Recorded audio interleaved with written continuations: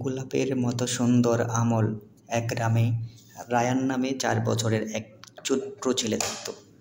Ryan খুবই হাসিখুশি আর সবার প্রিয় ছিল।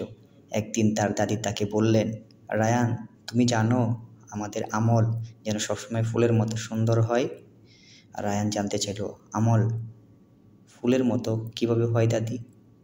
দাদি মিষ্টি হেসে বললেন, যখন আমরা আল্লাহকে খুশি করার জন্য ভালো কাজ করি তখন সেই কাজগুলো ফুলের মতো হয়ে যায়।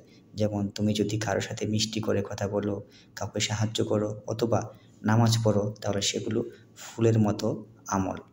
রায়ান দাদিকে জিজ্ঞেস করলো, আমি কিভাবে সুন্দর আমল করতে পারি?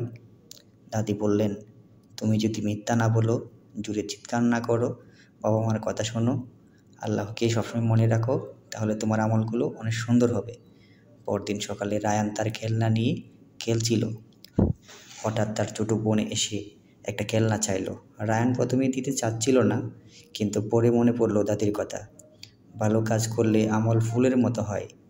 তাই সে হাসি মুখে খেলনাটা দিয়ে দিল। দাদি সেটা দেখে বললেন, মাশাআল্লাহ রায়ান, তুমি আজ একটা গোলাপের মতো সুন্দর আমল করেছো। সেদিন থেকেই রায়ান প্রতিদিন চেষ্টা করত যেন তার কাজগুলো ফুলের মতো সুন্দর হয়, আর রাত হলে আল্লাহর কাছে দোয়া করত, হে আল্লাহ, আমাকে সবসময় ভালো কাজ করার তৌফিক দাও, আমিন। গল্পের শিক্ষা, ভালো কাজ করলে আমরা আল্লাহর কাছে প্রিয় হয়ে উঠি, আর সেগুলো আমাদের জীবনের জন্য ফুলের মতো আমল হয়ে থাকে। কেমন লাগলো জানাতে ভুলবেন না।